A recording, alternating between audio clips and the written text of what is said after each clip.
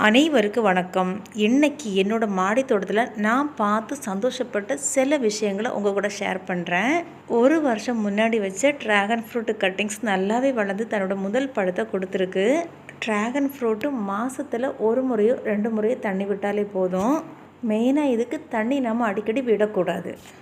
புதினா கீரை பேக்குலாம் 6 மாதத்துக்கு ஒரு முறையாவது மண் மாற்றணும்.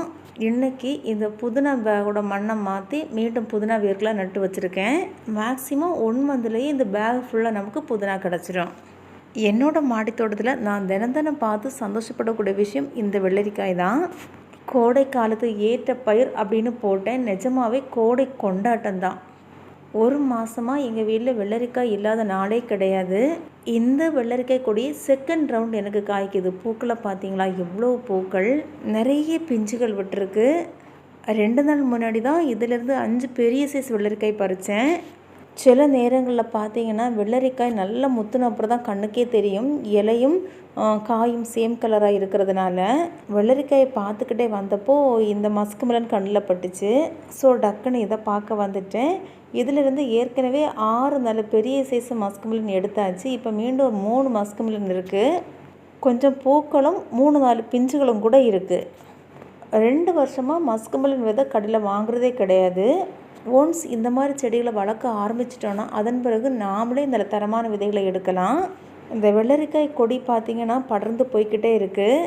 அதை பார்த்துக்கிட்டே வரும்போது பக்கத்துலேயே நல்ல குட்டி மரமாக நல்ல வாசனையோடு நின்றுட்டு இருந்த மருதாணியை பார்க்கணுன்னு தோணுச்சு. கூவக்கிழங்கு செடி இந்த ஜூன் ஜூலையில் இதை பிடுங்கி நட்டோம் அப்படின்னா டிசம்பர் ஜனவரியில் நிறைய அறுவடை எடுக்கலாம். செம்பருத்தி செடியில் வந்திருந்த வெள்ளை பூச்சிகளெல்லாம் தானாகவே காணாமல் போயிடுச்சு. மீண்டும் இந்த செடி நல்லா ஃப்ரெஷ்ஷாக இருக்குது. இதோ இங்கே ஒரு வெள்ளரிக்காய் இருக்குது, இங்கேயும் ஒரு வெள்ளரிக்காய் இருக்குது. என் ஹஸ்பண்ட் மாடிக்கு வந்தாங்கன்னா இந்த பிஞ்சு வெள்ளரிக்காயை பறித்து சாப்பிட்டுக்கிட்டு போயிட்டே இருப்பாங்க. வெள்ளரிக்காய் ஒரே கொடியிலே நிறைய காய்க்கும். அப்படி காய்க்கணும்னா அது படர நமக்கு இடம் இருக்கணும். இந்த செடி படர்ந்து போகிற இடத்துலலாம் மண்ணுக்குள்ளே வேறு விட்டுரும். ஒரு மாதம் முன்னாடி நல்ல மொட்டையாக கட் பண்ணி விட்டுருந்தேன் பொன்னாங்கண்ணி செடியை. இப்போ மீண்டும் நிறைய வளர்ந்துருக்கு. இந்த கோடையில் மாடி தோட்டத்தில் ரோஜா செடிகள் எப்படி இருக்குன்னு பார்க்கலாம். நிறைய பூக்கள் இல்லாட்டாலும் ஓரளவு பூக்களோட நல்லாவே இருக்குது. இந்த மஞ்சளில் மட்டும் ஒரே கொத்துலே 5-6 மொட்டுகள் இருக்குது. பிங்க் கலர் இட்லி பூச்செடி பார்க்கவே ரொம்ப அழகாக இருக்குது. மாடி முழுக்க நிறைய முடக்கத்தான் கீரை இருக்குது. நல்ல வெல்வெட் மாதிரி இருக்கக்கூடிய இந்த கோழிக்கொண்ட பூ என்னையும் கொஞ்சம் பார்த்துக்கிட்டு போ அப்படின்னு சொன்ன மாதிரியே இருந்துச்சு. இந்த செம்பருத்தி செடியும் இப்போ ரொம்ப ஃப்ரெஷ்ஷாக நல்லா இருக்குது. ஏப்ரல் மே மாதம் அடித்த வெயிலுக்கு எல்லா கத்திரிக்காய் செடியும் பட்டு போயிடுச்சு. இந்த ஒரு செடி மட்டும் தான் தப்பிச்சிருக்கு. ஒரு வருஷமாக விதை போடாமலே பருப்புக்கீரை எப்படியாவது முளைச்சி நிறையவே கிடச்சிக்கிட்டு இருக்கு. அதே க்ரோ பேக்லேயே திருநீட்டு பச்சை செடியும் விதை விழுந்து முளைச்சிருக்கு. இது இன்னொரு வெள்ளரிக்காய் கொடி. அதில் ஒரு வெள்ளரிக்காய் நல்ல பெருசாகவே இருக்குது.